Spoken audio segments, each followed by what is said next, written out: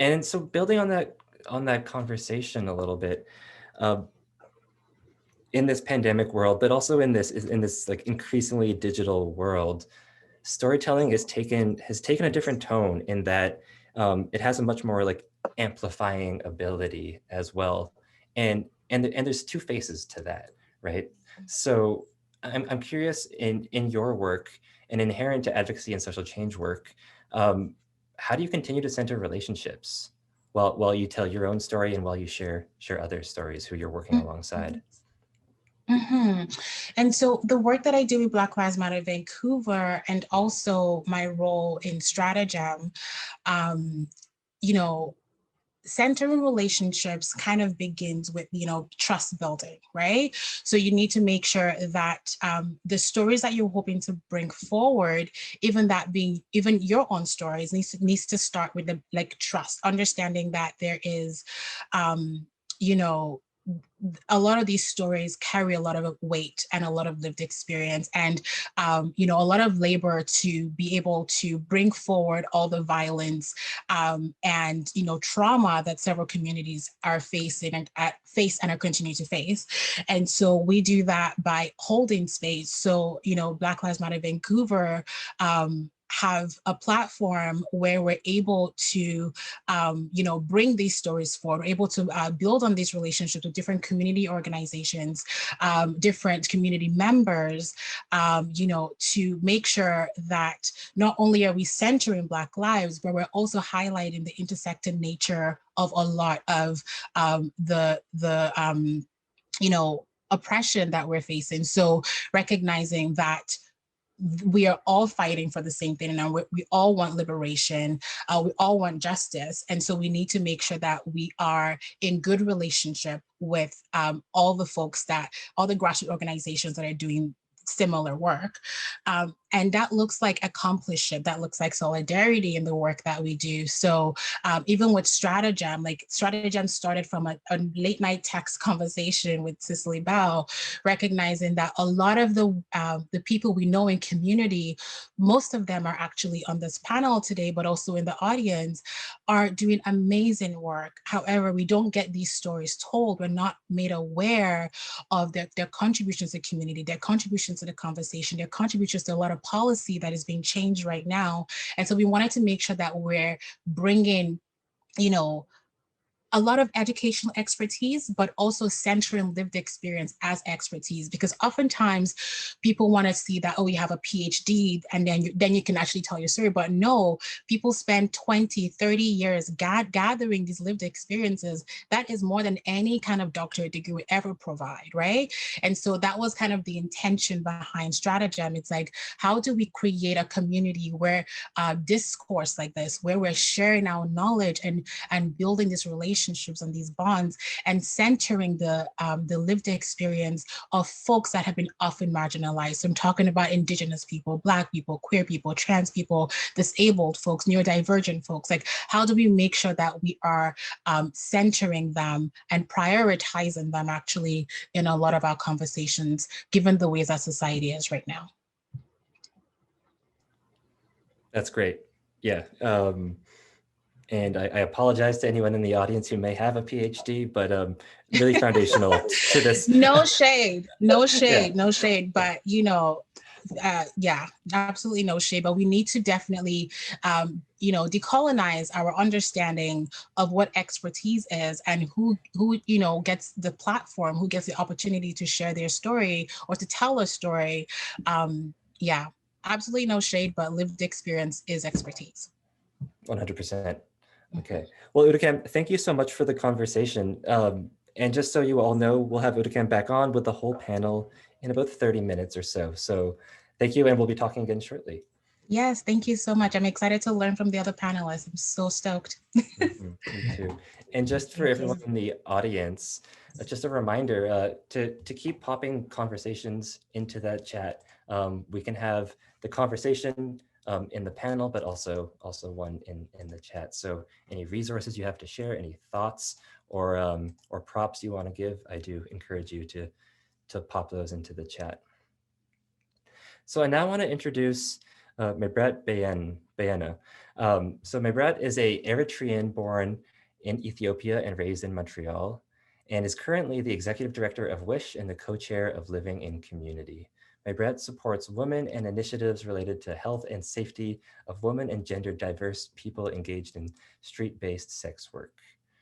She has worked in social justice and nonprofit management and community development for over 20 years. Mibret has worked closely with women and women-serving organizations as a program officer with the status of Women Canada, served as executive director of PeerNet BC.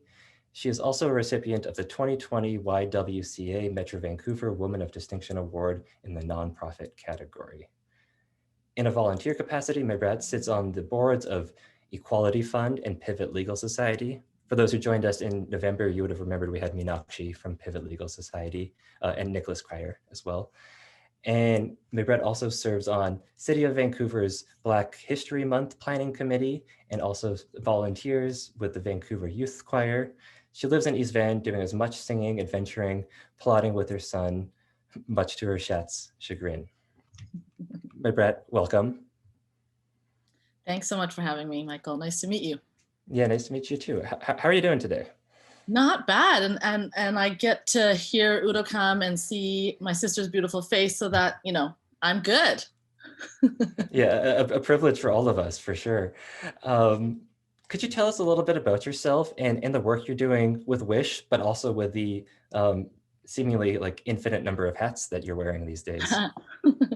Yes, sure. I am Eritrean, and Eritrea is north of Ethiopia on the Red Sea coast in the Horn of Africa, but was born in Ethiopia and raised in Ganawage territory, which is north of the St. Lawrence River, south shore of the St. Lawrence River, which is now known as Montreal. And have now been in these parts for 20 years last month, which is shocking to me. And so I am an uninvited settler to these lands, and I am joining you all from Musqueam specifically, and the work of WISH is done on Musqueam, Squamish, and Tsleil-Waututh lands. And I do my best to work in solidarity with the Indigenous folks who have stewarded this lands for time immemorial. And there's so much in my history that also, so much of my history and my family's history is framed by colonization. And the reason that I don't live in Eritrea or Ethiopia, and why we were in Montreal from the point that I was 3 months old, is directly related to colonization. And it's also interesting to grow up in Quebec, where clearly nationalist tendencies is strong. So I think it's an interesting mix. You can't be Eritrean and not be political. It's a country that for generations and generations have been dealing with multiple colonizers, both from the continent and from Europe and North America.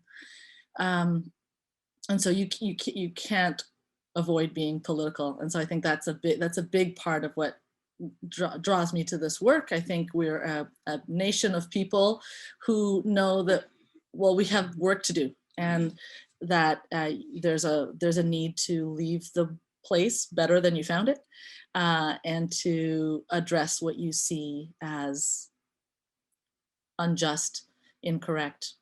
And so that's what drives me in the work. And a little bit about WISH. WISH is now in its 36th year of operation and has always operated in the downtown east side. And the work of WISH is to support street-based sex workers, and primarily women and gender diverse folks who are trading sex. Now, the focus on street-based sex work is quite intentional, because of all of the forms of sex work, street-based is the most dangerous, and also the form that has the least amount of choice, excuse me. And this is happening within a context of extreme poverty, often intergenerational poverty. It is happening within a context of precarious housing, unsafe housing, or homelessness, where people might be trading sex for a place to stay, or might be staying in unsafe relationships for a place to stay, where we're seeing quite a lot of mental health issues that are both diagnosed or undiagnosed, substance use issues, and trauma, ongoing trauma, not one incident of trauma in someone's life, but quite ongoing, and trauma that is both interpersonal and also very heavily systemic, systematic, from barriers that are governmental and systemic, right? And this is also a population that is dealing with violence because of who they are and what they do.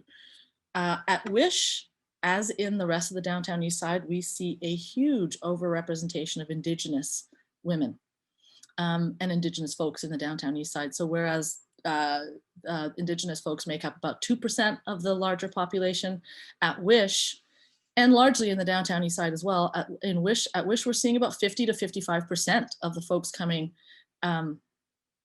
to use the services of Wish are Indigenous.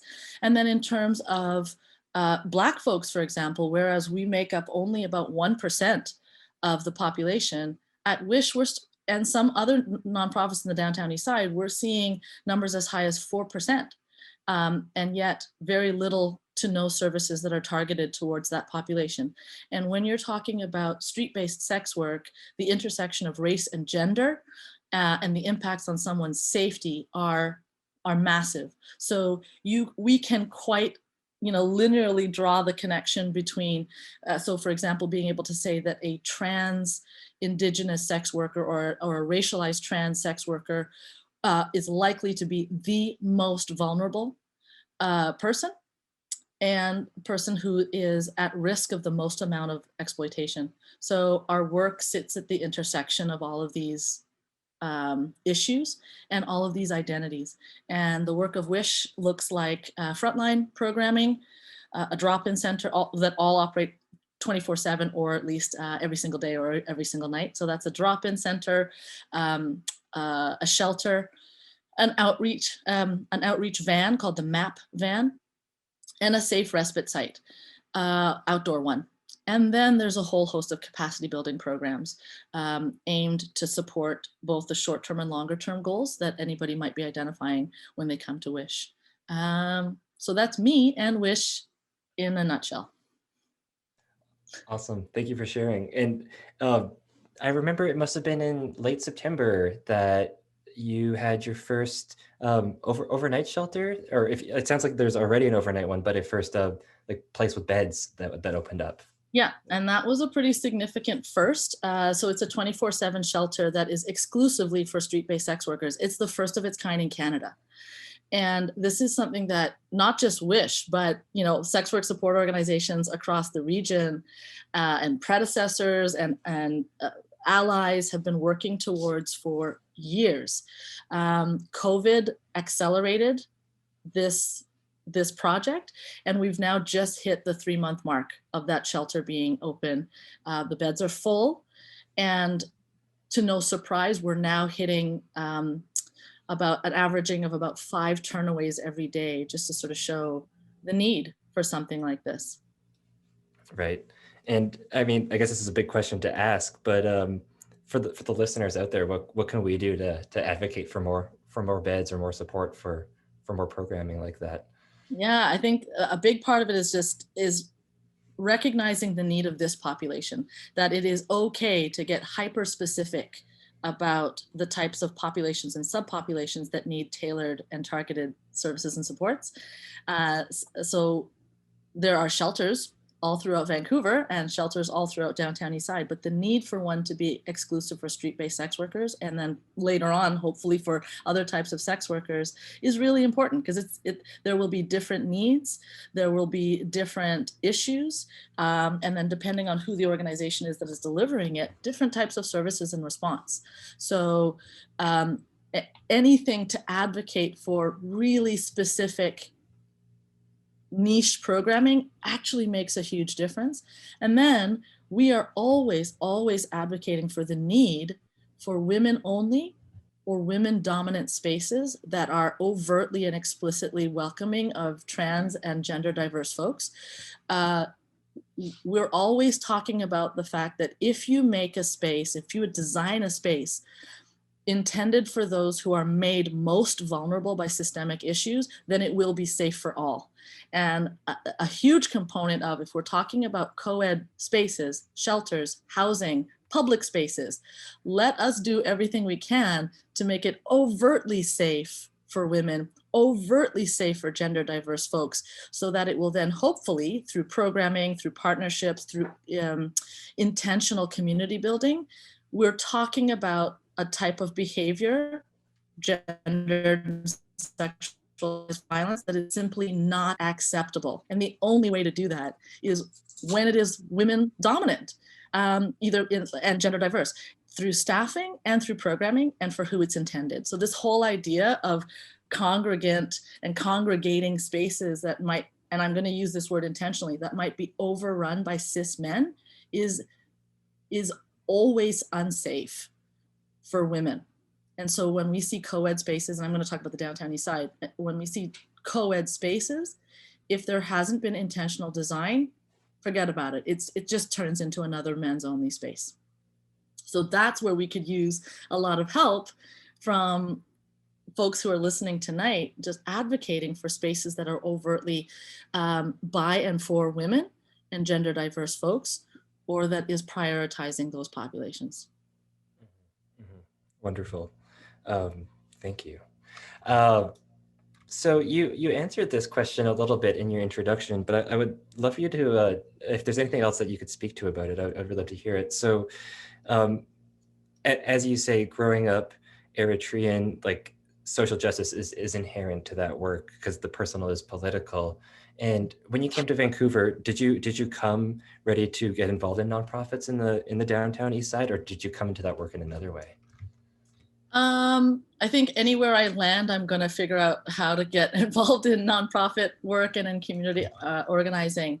So when I came to Vancouver, I didn't know that many people other than, folks that maybe I knew had lived here at one point, that we knew back east. So yeah, I just had to do okay, who is everybody? How do I get to know everybody? Started to volunteer at a number of different places. I think Britannia might have been one of the first places I started to volunteer, found a few of the African mothers and aunties that just started to learn who folks were. Awesome. Okay. So just so everyone in the audience knows, what I'm doing is I'm asking the same questions of each guest today, and then hopefully any gaps that you see in my questions that you're asking those questions on the Slido as well. So we've seen many narratives of public safety that continue to criminalize and harm the same communities in Vancouver. And it's really speaking to your experience of in the sex worker support role. What role does storytelling have in changing these narratives? I think this is a great question. And storytelling, I find is so significant. So for a population like sex work, like poverty, like drug users, all populations that are heavily stigmatized, overly surveilled, and highly criminalized, you need to humanize these stories. You really need the stories to be grounded in people's experiences, in real voices, in experiential voices. And so for those of us that work in nonprofits where, like for example, me as an executive director, I have quite a lot of privilege to be in a lot of different spaces and to speak quite openly and freely. But we support folks who often can't afford to be outed because of the nature of their work. So then we have an onus to figure out respectful, exploitative ways to share their stories. And so where and when possible, actually making space available for current street-based sex workers and former sex workers to speak themselves, and where they're unable to or it's unsafe to do so, we're going to build in as many storytelling platforms as possible. So at Wish, what that looks like is we'll often hold focus groups, small tailored targeted meetings in advance of like coming to something like this, so that I'm not speaking for people, but I'm bringing voices with me. We'll do as many of those processes to bring the stories forward, because you need to hear it from the perspective of those who are most impacted by the issues that we're talking about. And we're also talking about so much stigma and so much stereotypes about these populations that you need to be able to see yourself in folks. You need to be able to see that, you know, that this is something that's happening to people that are your neighbors, that are your community members, that are your sisters, that are your friends, that are your colleagues, as opposed to sort of this externalized them. So we're always looking for ways to bring those stories to life. Michael, you mentioned Red Women Rising. I mean, I feel like I actually broke my copy of Red Women Rising for how often I reference it and pull it out and to share those stories. And we're sort of striving to do a lot of the same at Wish, including looking at creative ways to tell stories, creative ways to bring voices forward, including sometimes with reporters who are willing to be really creative about the deep, deep need for anonymity and how to tell the story when you can't share a picture or you can't name a person. So there's actually, you'll see it on Wish's social media tomorrow, but we did a partnership with CBC on a series called You Always Remember Everything, where we put 4 participants in touch with Jody Martinson of CBC, who then over a week this is actually over months that she met with these folks and then highlighted their stories around child trauma and how that feeds into substance use issues. And so it was really powerful. It was their own voices. It wasn't Wish's voice. It was their voices supported through us for their emotional labor, their expertise, and their time. But I would point to that as a really interesting and new example of a partnership with media, with mainstream media that handled these stories quite respectfully and genuinely.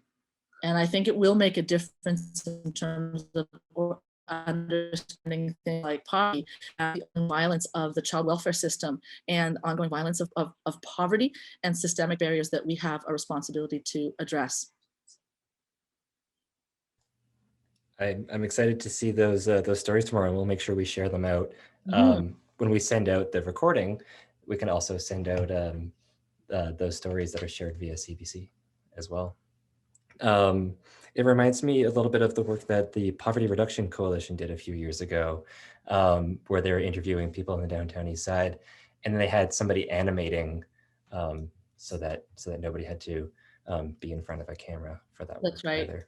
That's right. Yeah. Or thinking of how Megaphone, for example, how they center downtown Eastside residents in storytelling, and it's driven by residents and supported by Megaphone. It's a really wonderful model.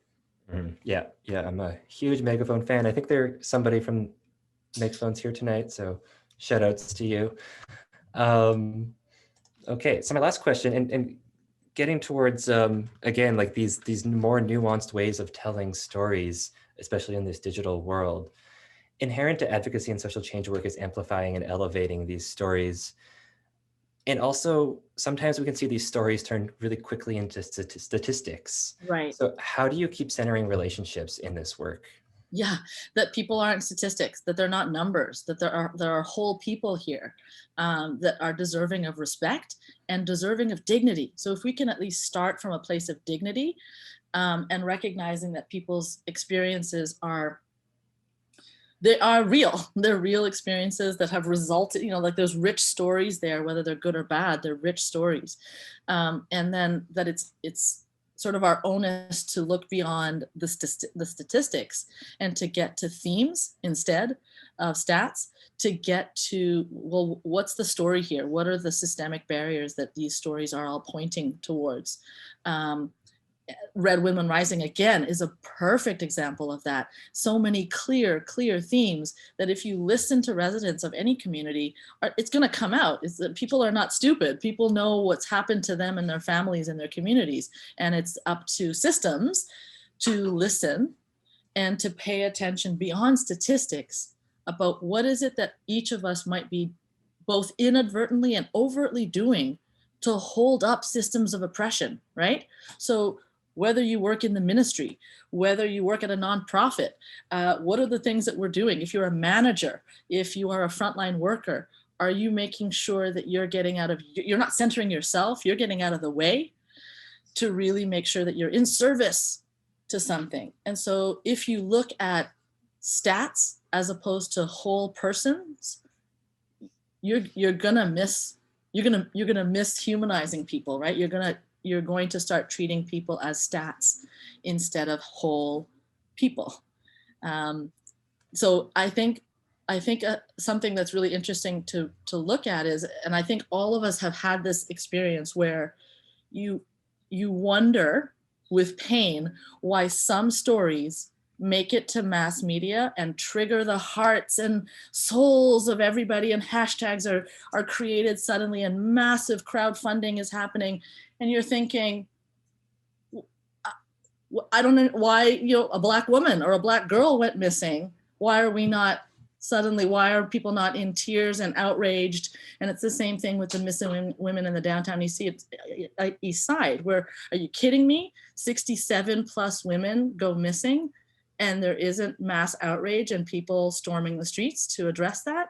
So you see the inherent racism and discrimination of stories. And so when people can personalize it and say, that's horrible, that could have been my child, or that could have been my sister, why don't you do that for everybody? So thinking about our biases and whatever inherent discrimination and overt racism that we might have needs to come into these conversations, because that's our filter, and what makes the difference between moving from stats to looking at people as whole people that are deserving of a proper storytelling, a dignified storytelling. Yeah, thank you so much for that. And I think it's worth mentioning that, the stories that we see on the main pages of some newspapers and some internet sites still don't acknowledge that the truth in seeing those people as whole people, as real people, and can often paint a very damaging portrait of communities in the downtown East Side. Okay, well, Maybrit, thank you so much, and we'll see you again in like 15 to 20 minutes after a brief conversation with Garth. So looking forward to continuing the conversation. Thanks, Michael. Okay, so now I'd like to introduce Garth Mullins. Garth is an activist, a writer, a broadcaster, and a musician. He hosts and produces a podcast called Crackdown, along with an amazing editorial board and production team. So for those who are unfamiliar with Crackdown, it's a monthly podcast about drugs, drug policy, and the drug war led by drug user activists and supported by research. Each episode will tell the story of a community fighting for their lives. It's also about solutions, justice for those we have lost, and saving lives. Garth also works with community groups in the downtown East Side on harm reduction and anti-gentrification campaigns, including Vancouver Area Network of Drug Users, And Garth's writing can be found could be found in 24 Hours Vancouver, but also in Vice, Vancouver Sun, Georgia Straight, Rabble.ca, the Two Row Times, Megaphone, Ricochet, and the Huffington Post. His journalism has won him awards from the Jack Webster Foundation, the Canadian Association of Journalists, and the New York International Radio Festival for material aired on CBC Radio. He also sings and plays guitar in Legally Blind, Work to Rule, and I think my favorite of the three band names, the Lumpen Proletariat. Garth, welcome. Thanks very much. Yeah, that takes me back. This is my first punk band when I was a young guy, and we had a Canadian college radio hit, which sounds a lot more impressive than it actually is. So, yeah, Thanks for having me. Yeah, we're glad to have you here today, Garth. So today the BC Coroner's report was released, so I just want to check in. How are you feeling today? I mean, the number is so big. It's 1,716 people died of drug policy failures in 2020 in BC. And that's announcement came out this morning. It's a record. It's never been higher than that. The overdose emergency that has been officially declared for 5 years. So I don't even know how you call something a crisis or an emergency that goes on that long. But I mean, the numbers are so big, I can't really grasp them. I never did very well in math in high school, but it's just like I just start to think of the names of the people who I lost in that year and whose memorials and funerals I was part of planning or went to or whatever. And I think about when that announcement was happening this morning, and the minister was there later wringing her hands about what to do and all that. I just thought, oh, well, there's going to be 5 more people added to that number by tomorrow morning. So I feel just this deep sense of grief for all the people we've lost, but I also feel really angry for the cowardice that the people in the provincial government and the federal government continue to show on this. Yeah. Thank you for sharing that. And it seems like in COVID, there's been glimpses of what looks like light at the end of the tunnel, but it seems that there's the legal framework seems to be a really tight knot or something like that. And I was wondering if you could, thinking about hearing that BC was going to have safe supply available, or that Vancouver has called for decriminalization, where do you see all this going right now? Do you see some light at the end of the tunnel?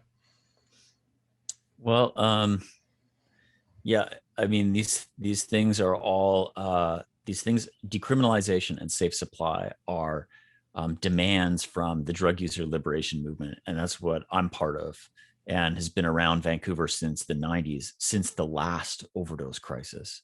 And we actually grew out of a response to, as a response to, the huge explosion of HIV transmission here, where we had the highest rates of HIV transmission for a lot of the world. And I was a heroin user all the way through that time, and many years after, and I'm on methadone mostly now, but I sort of see those demands and the solutions we have provided for a generation, and then I see the technocratic whittling away of them. So there were announcements today from 2 levels of government, from the city and I think from the province. I'm just trying to remember all the press conferences, but the one from the province was an announcement that they've written a letter to the federal government asking them to do something. If you have to get on TV and say, I wrote a letter at the same day as the same day as everybody is seeing this number, what the fuck is wrong with you? Sorry, but that's what I thought. I mean, we in Canada, we just love to have press conferences of one government saying they're going to write a letter calling on another level of government to do something. And it's a real shell game. Yeah. I mean, it reminds me of Justin Trudeau protesting for climate change, right? Where's the power? Where is it? Could you tell us a little bit more about Crackdown Podcast and how it got started? Yeah, sure. I've been an activist for my whole life in lots of different campaigns, but as a drug user, I was pretty ashamed of that. And for most of my life, it's also been something that's like everybody rejects and everybody just is like, you're fucked up, but I was still like organizing and working in a lot of different movements. And then I was just walking through Oppenheimer Park in about 2014, and I just had this powerful sense of deja vu. Because I'd lived through one overdose crisis already, and I just thought, oh my God, here's another one coming. I could hear it in the siren and see it on the bad dope alert poster. And I just heard these two guys that I kind of knew were overdosed on the same stuff. And I just thought, oh man. And so I realized I had to find a way to start telling my own story and the stories of the people that I knew around me, because the stories the media were covering were all like these terrible criminals, or these poor wretched waifs, or these, look at this comeback kid who went through a 12-step program and is now a good tax-paying citizen again. Or the favorite one of the media is still, and has always been in this city for over 100 years, the white innocent story, which is to carve out a special place for some like a white football player, a cheerleader that hurt their knee and took a little oxycodone, and that's why they're not evil like everybody else. They're to be saved. Their innocence is to be preserved, and that goes back in this city all the way to 1907, 1908, where the drug war started amidst this big explosion of anti-immigration racism, and the coverage was a lot the same. So we wanted to tell our stories better, like me and a group of activists. We wanted to do it different and better. And we'd work together on campaigns. So we sort of formed an editorial board and started creating a podcast where we could just tell our own stories of how, the racist policing and colonization and the drug war all sort of work together to have this big amplifying effect on people. But, we also could do it in a way that didn't put people's picture up if they didn't want to. I agree with people who've said that's important, to give people that space, because it's a small neighborhood. A lot of the cops know our names. We know their names or have names for them, and so you want to provide people with safety, but also let their story live. Yeah, so we built the podcast out of activism, but also journalism, because I've been a freelancer. I've been a radio documentarian, and I haven't got a journalism degree, but I really feel the practice of movement journalism that sort of emerged out of the Southern U.S. and a lot of the struggles of Black and Indigenous people that were going on down there, and they were like designed a method of doing journalism, like legit, solid journalism from the perspective of a social movement. And so we were inspired to sort of adapt that here, because the drug user movement has learned lots from other movements and how other people have worked. And we always try to build ourselves in solidarity. So like the podcast and the movement, Vancouver Area Network of Drug Users Group, is and has been part of efforts to defund the police for a few years, and so that sometimes means showing up at city council. That means making friends with people in other movements in other parts of the city and working on bits and pieces with them. So those are sort of the important ingredients that brought us together, is, solidarity and storytelling, and the fact that we weren't seeing representations of the lives that we had anywhere else.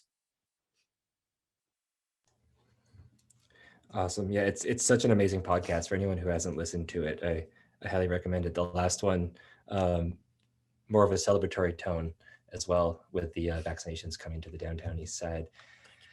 I was going to ask a follow-up question, but it's escaped my mind. So we'll move on to the next one. What called you into this work? So it sounds like you've been an activist for a long time. At what point was there like a point, pre-crackdown podcast, where you're like, activism is for me, this is going to be my life's work? Are there any moments that come to mind for you? Yeah, I think I've just always been inclined that way.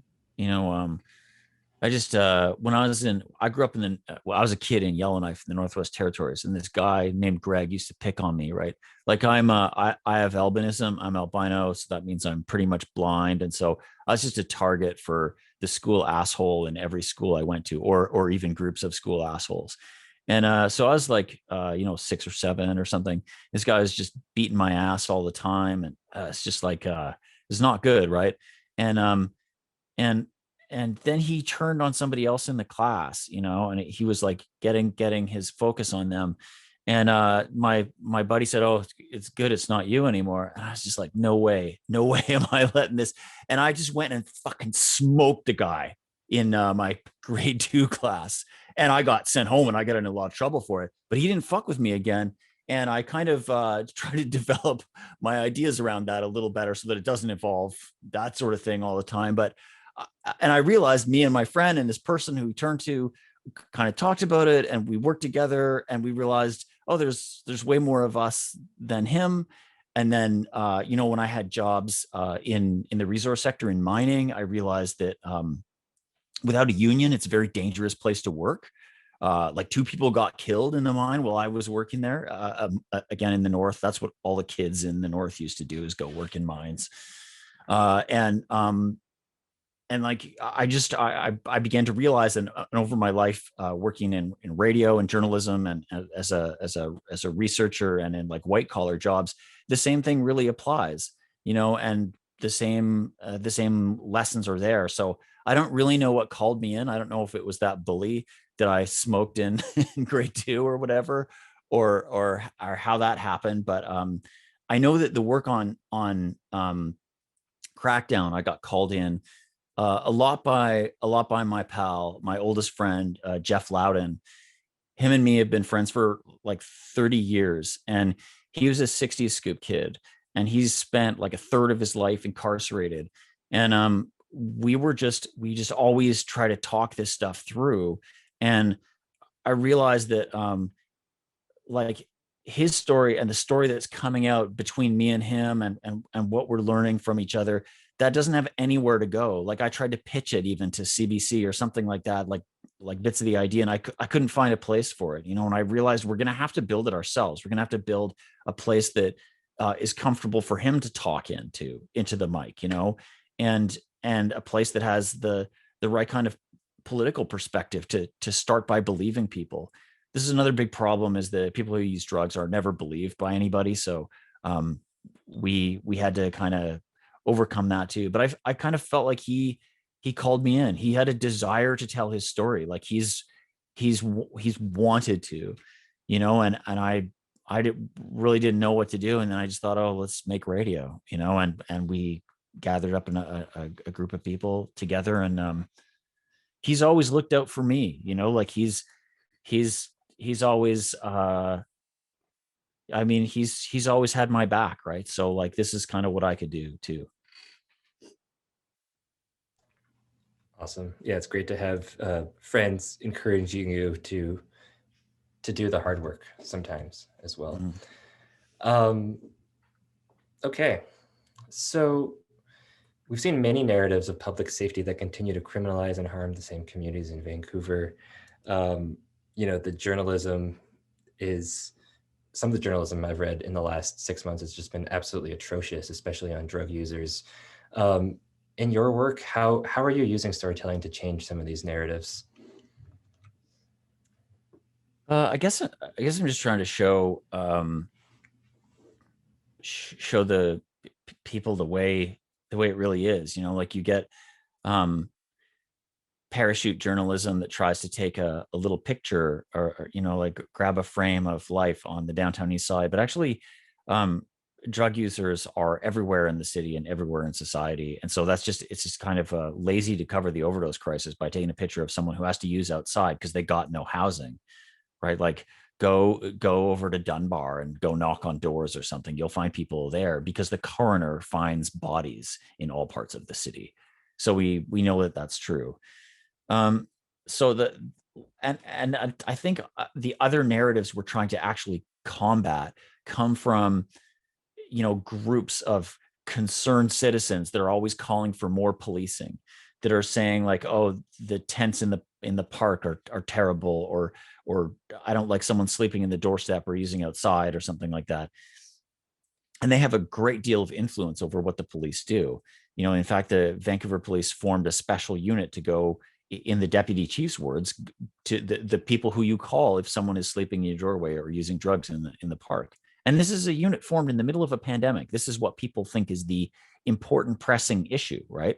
I mean, if you see tents in the park, maybe you should think the important, pressing issue is housing, not calling the cops or getting working to get a special police unit going. So, I mean, the way that people understand safety is in the center of all of this.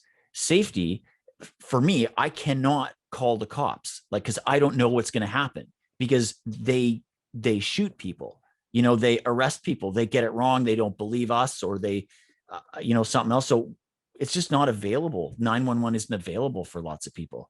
When I was a kid, when I was a young guy, I worked in the sex trade, and I was never able to call the cops then either. So you get put, whether it's in the sex trade or as a drug user, like outside of the law, because your life is criminalized. That means if someone's going to assault you, and this has happened to me, I've had the living shit beaten out of me, and I can't call the cops about that.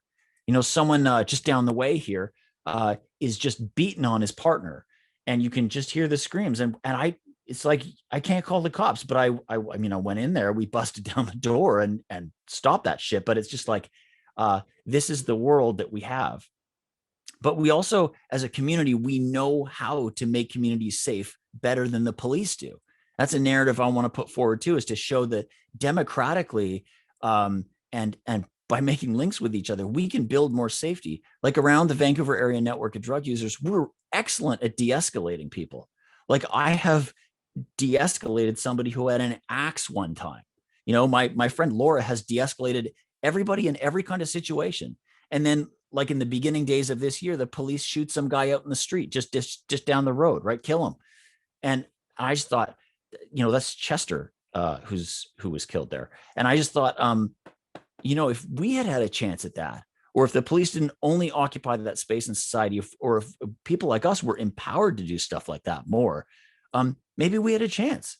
Maybe we can talk people down better than someone rolling up in a uniform with the lights blaring and all that. So, I mean, that's the kind of work. I mean, I was just talking to people from BLM this afternoon about how we can communicate about defunding and tell the storyline and the narrative of defunding the police as community safety.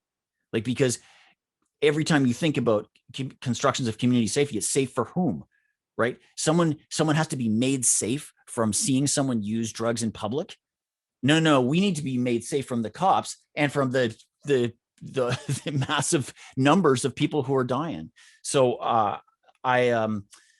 I think that it's funny to conceive of it as a war of stories, but I really believe sometimes that's what it is. And I can see the storyline prevailing or getting weaker underlying so much journalistic coverage. So, yeah, I mean, we kind of engage in that scrap a lot.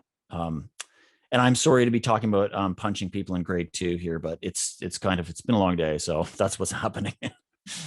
Yeah, it's a good emotion to bring up right now. Definitely. Let's punch up, not down, right? Yeah, great. Okay, great. And yeah, so much shared there. And for those who were at our event in November, a lot of resources came out of that, and there's a lot of work in Vancouver around this emerging coalition, Defund 604, that are bringing groups together. So if you're unfamiliar, I encourage you to give them a follow as well. And I think there'll be big things to come from some of that work that's happening. Sounds like with you too, Garth. So that's awesome. Fingers crossed. Yeah, fingers crossed. Yeah. Hope, but hopefully we can come together and do all of the hard work as well. So last question before we go into a Q&A. Inherent to advocacy and social change work is amplifying and elevating stories. I don't know how many listens the Crackdown podcast has received. I imagine it's hundreds of thousands. How do you continue to center the relationships of those who participate in the podcast?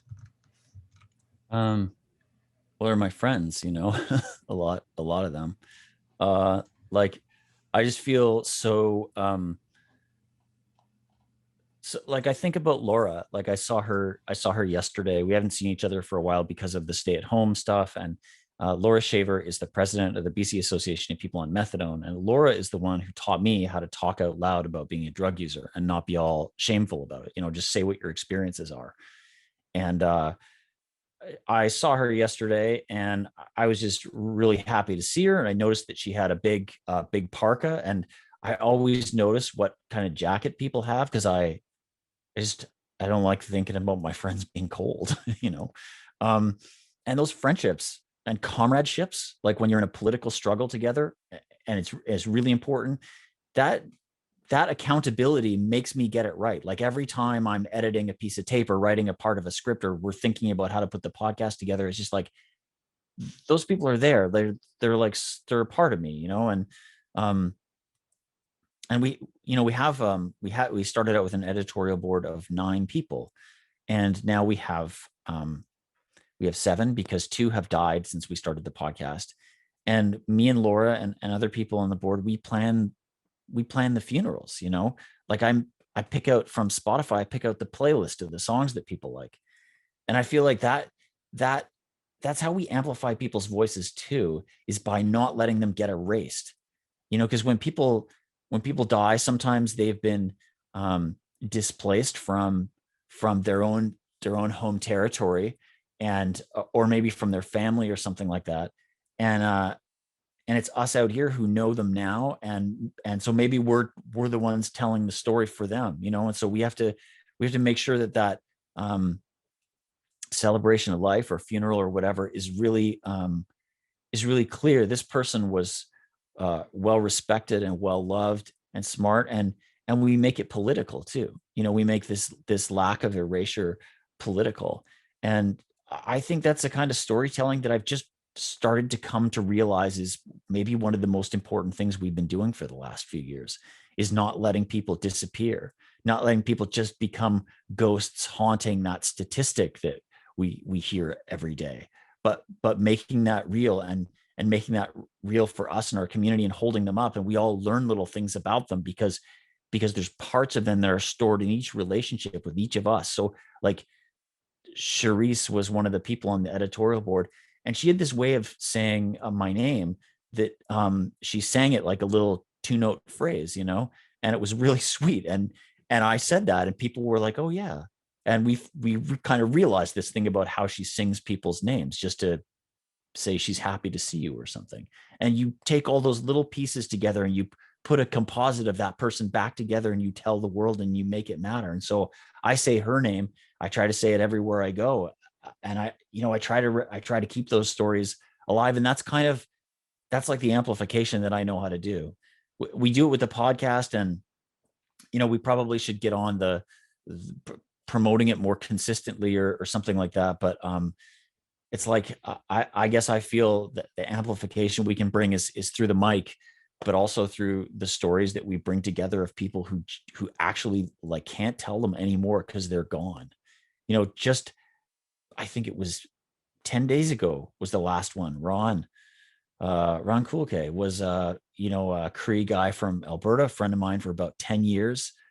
He came out here, he got his forklift driving ticket, and he said, nobody's safe now. Look out for me. And he was just a housing activist from the start. And he was there all the time for people to get housing. When he had housing, he would come out and be with people to get housing. And it's just like, that guy, you know, we got to tell his story. We got to remember him. And that's, I guess that's amplification. Yeah. Thanks so much, Garth. I really appreciate that. So now we'll invite Mebret and Udakan back up onto the panel. And I'm also going to invite my colleague, Sydney, because Sydney's actually going to be asking the questions. So Sydney is a UBC student, has been a co-op and a work-learn student at Cecil longer than I've been there. So Sydney's taught me everything I know, and lovely to have her. So welcome, Sydney. Hi, everyone. I'm so excited to get to your questions. And as a reminder, to go to the Slido and upvote the questions that resonate most with you so that we have some time to get to them today, as we're approaching at the end of the event pretty soon. I first want to thank the speakers for your amazing insights and contributions, the way you've centered your personal experiences and what has brought you into this work, and the platforms that you provide others to share their experiences as well. It's really inspiring. So turning to the Slido, it looks like we have one question with 12 upvotes. So I'm going to paste it into the chat just so everyone can reference it. And the question is, Might you offer guidance on gathering, interpreting, or sharing stories with care, particularly when stories are grounded in communities' data or information? So let's start with Utica. What answers or insights might you have for gathering, interpreting, or sharing stories with care? That's a great question. And I feel like I'm still thinking about the question as I am speaking on the question. So bear with me if I have a lot of ums and ahs. You know, back to what Garth and Mabrat shared, it's all about like consent. It's all about the trust building and making sure that you're representing folks with as much dignity as possible. When it comes to recognizing that a lot of the communities that we work with and a lot of the work that Black Lives Matter does contain a lot of sensitive information and data. And so recognizing that there are ways to relay information without jeopardizing one's safety. There are ways that you can, paint a picture, tell a story without having it negatively impact the community that you're trying to serve. And recognizing that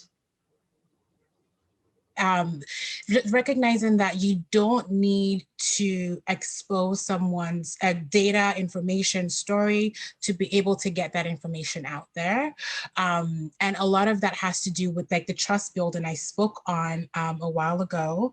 And, asking the community that that you're holding space for the best way to go about that, because this will look very different for different communities, right? So there is not a one size fits all approach. So you have to make sure that you are being culturally specific, that you're being intentional and informed about the ways that that data or information should or needs to be shared. That will be my best response for now. And I'll let you know if something else comes back. I mean, that was a phenomenal response. And I really appreciate the point about not having that one size fits all for all communities and making sure that you were working with community to share and uplift stories and ensuring that it's done in a culturally significant and sensitive way. That was a fantastic answer. So Mibret, I'm going to ask you the same question. Might you offer guidance on gathering, interpreting, or sharing stories with care, particularly when stories are grounded in communities' data or information? Thanks, Sydney. I want to preface it from that the Downtown East Side as a community is over-researched to begin with. And that I can see all the nodding heads, that like at any organization, WISH included, we're just constantly hearing from researchers, documentary filmmakers, media about wanting to either research or tell stories. The line that we have at WISH is anything that we consider along these lines, we will always put within the lens of how would this benefit participants? And then we go from there. But we're a frontline service provider, right? So that is the bulk of what we do, but we do the most we can with the resources we have to also do advocacy, to do as much advocacy as possible. And so what that has meant, so add to a point and sort of talk about it on the structural side of things, we have had to build in the space, the time, and the budget for truth gathering and storytelling. And that looks like, so if we get invited to do a thing, we need to know, do we have enough time to consult with sex workers? Do we have enough time to pull together a focus group or pull together a quick conversation or to poll some folks before we do that thing? So there's a lot of steps that have to happen before, and then have we set up enough ways to compensate people for their time and their expertise, but also for the emotional labor. Overwhelmingly, there are a lot of women at Wish who are coming to Wish who would love to tell their stories, or to have it be told in a really safe way. So there are incredibly smart, astute folks who have poignant stories to tell.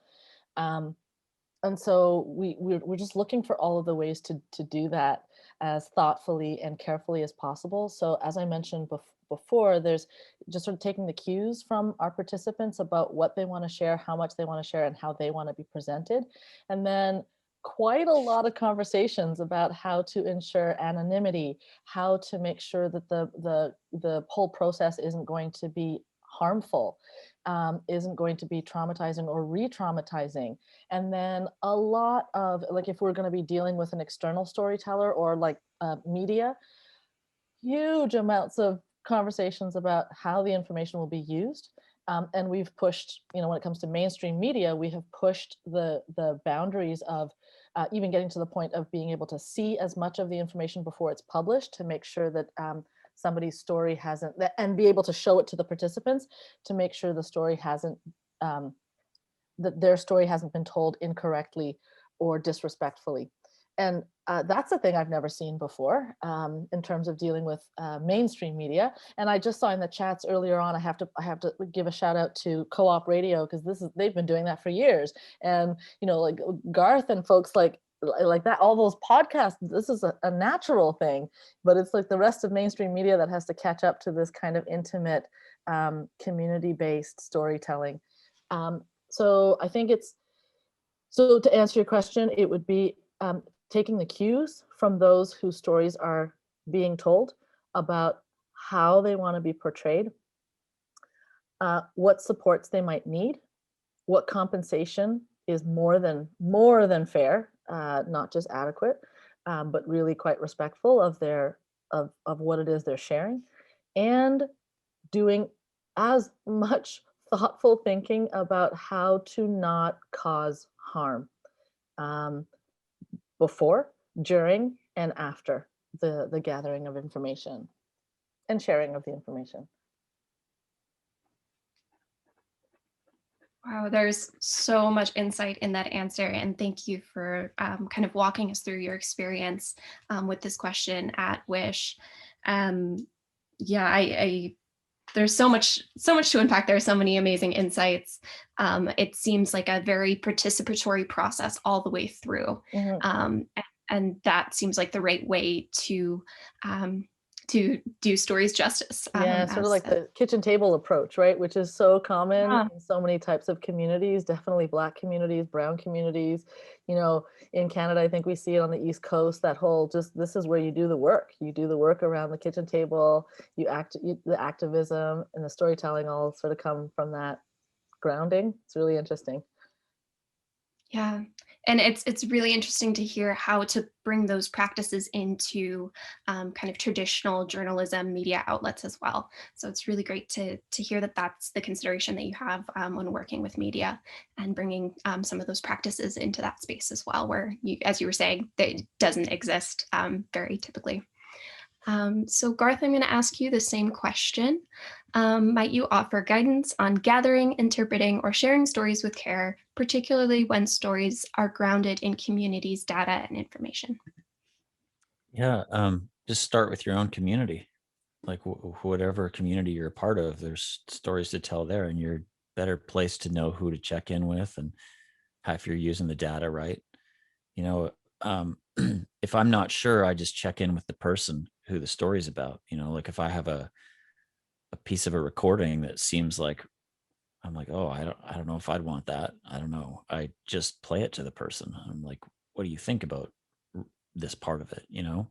Or I'll send them a chunk of the script and just ask them what they think, and make changes. Just be willing to make changes, and this is for somebody who doesn't have a lot of power in society.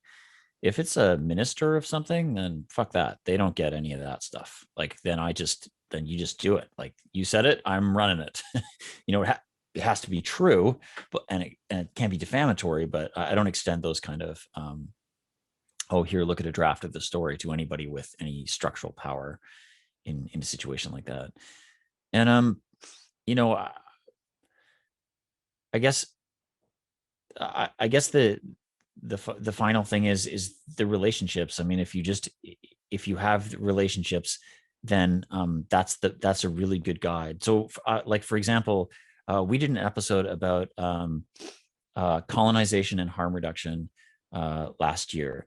And it was because this Anishinaabe activist and comedian guy, Ryan McMahon, called me up and he said, hey, I like the podcast so far. We've been friends for a bunch of years. And he said, I like the podcast so far, but there's not harm reduction services on a lot of reses. And he said, you should do something about that. And I said, okay, let us learn how to do this properly before we try something that needs like a more of a brain. And so we made a few more episodes, and then we talked to him a bunch. And we also had our producer Shelda Castor, who's on the editorial board. She acted as a producer for the episode because she's been a leading activist in again, in the Western Aboriginal Harm Reduction Society, but also in sex work. So she was able to just make sure we were on the right track. So if I didn't know, I would just kind of check in with her. I'd say, well, are we doing this right? And just doing a co-production, co-producer roles with people, I think it helps you be sure too.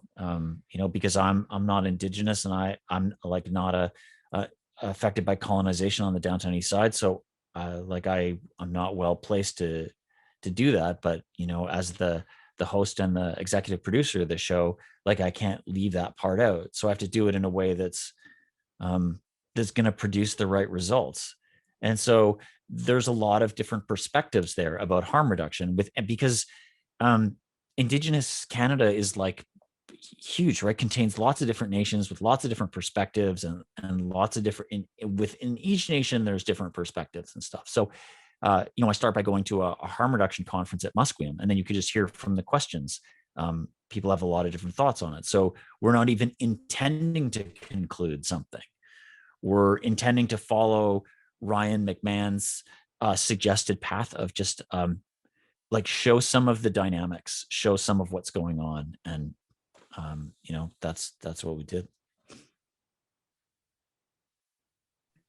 Thank you for that answer. I really appreciate the approach of pulling in your relationships and using those as a guide, going back to the question about centering relationships, and then also ensuring that you're able to consult and partner with people with lived experience, and understanding that experiences are complex and diverse and intersectional in that process. And so no one has the final word on the experience for a type of identity. So thank you so much for that answer. So unfortunately, we don't have time for any more Q&A questions, but we do have one final question for all the speakers tonight. And that is, do you have any calls to action from any works or projects that you're a part of or that you're aware of that you want to kind of give voice to tonight? So we'll start with Utica.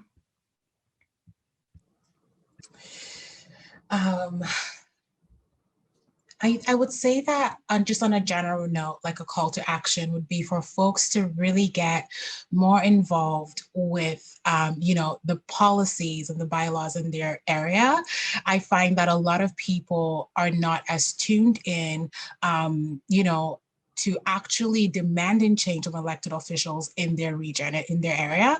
And so I really want people to really take that as seriously as they take marching on the streets, because, signing a petition, emailing your elected officials, those are things that actually, have it on paper that you have demanded this change, but, calls their attention to it. They can't say, oh, I missed it. It's in your inbox. And you're more tuned into the ways that different positions and different policies actually affect people's everyday lives and the policies that are lacking today.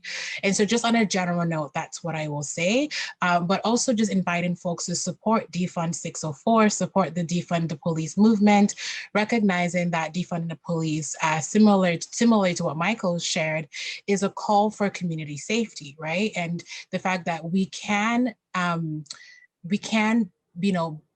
develop a more just and a safer way of dealing with, community conflict. And so the more of us that are dreaming about other alternative solutions, the more we're likely to actually make that a reality. And that will be my final word, but also hoping that folks are engaging with Black History Month in a way that is actually sustainable, in a way that, yields and motivates them to continue to fight for justice and fight for change, and in a way that puts money back into grassroots organizations and people that are creating safe spaces like wish dropping and are amplifying the voices of people that have not just been excluded, but have been actively, shut out and marginalized by a lot of the systems that we navigate. Thank you. Those were amazing calls to actions and a reminder of the agency that we all hold in these processes, and that we can stand against oppression actively, whether that be for Black History Month, beyond, related to policy. So thank you for that reminder and for those calls of action. Brett, what about you? Calls of action related to WISH or any of the other kind of hats that you wear? I do also want to mention Black History Month. It is February, but I also want to mention my love-hate for Black History Month, because can we not be relegated to the shortest, coldest month of the year? And to also go beyond just the cultural outputs of a community, right? To not just look at food, song, and dance, but to look at the politics of Blackness, and that if you love, aim to love Black people as much as you love our culture, that would be one thing. And then secondly, I think, just moved by both Garth and Udakam's comments and the chat, I would say a call to action is to look for the stories and storytelling platforms that are not mainstream. So to look for all of the guerrilla media, all of the on the grounds, on the grassroots community, the grassroots media, all of the non-mainstream media for so much more conversation and exploration of really, really massive issues, but that are typically done with so much courage, with so much boundary breaking, and that really tends to get to a real truth that you just don't see in mainstream media. And so just like question where your media sources are and start to populate your social media with different voices. Do your research about who to start following and who to start paying attention to, and don't start and end at CBC, for example. Right. So yeah, that would be my call. Sorry, Garth, I feel like I took up space, too much time there that's eating into yours. Oh, it's all good. I echo what you both have said. I think everybody can think about, if you've been convinced that defunding the police is a good idea, and I hope you have, then think about where the cops are in your life, or the life of your family, or the life of your community. Is there one of those volunteer community police stations around? What the hell are they for? We don't need that. Doesn't do anything. Is there a cop at your school, at your kid's school, at some other school of a family member? Well, the presence of that person is making it feel like a really unsafe place for lots of kids who go there, or lots of the students who go there. So, people in Vancouver are leading campaigns to remove the cops from the schools, and all over North America, people are doing this. And let's get it done. You don't need cops in the schools. And so it's like thinking about how we remove the police presence from our lives, because it's not returning to people the thing that they think it's returning. I think about when people say, "Oh, but who's going to catch the serial killers? Who's going to catch?" They think of the worst thing they can think of, and I think of what that has meant to me in my life. That I knew people who wound up at the farm, at Picton's farm.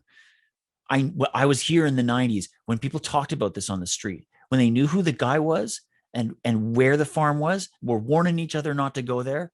When someone ran away from there to the hospital and in the process of getting away injured the man himself. And so they were both at the same hospital and the cops wouldn't charge him, even though it was all there in front of them because she was an unreliable drug user, you know, the victim.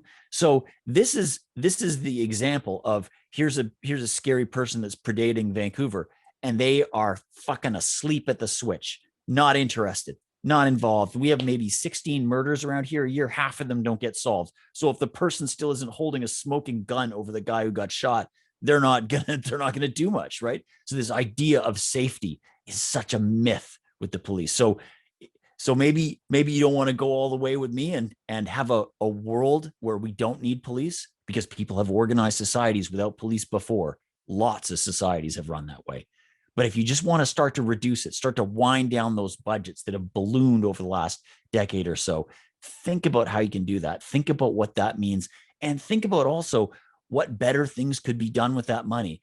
Defund 604 is going to be doing a survey about what is a people's budget. Instead of spending all those hundreds of millions on the cops, what better things could we spend them on? What a great creative activity we could all do together to say, this is the kind of thing we want to spend the money on, because what we spend the money on publicly is the kind of world we end up making. So yeah, I dream of a cop-free future. If you dream of a cop-free future too, excellent. If you dream of cop light, that's great. You're in a gateway position and welcome. And just thanks to everybody for inviting me to this. Thank you so much for all of your calls to actions, insights, and everything from this event. I'm going to turn it back to Michael now for some final closing words. Okay. Yeah, thank you, Sydney, for asking those questions. And thank you to three of you for all the care you've put into your answers tonight, but all the care that you live in your everyday lives as well. And, you know, my thanks will never be enough for all the work that happens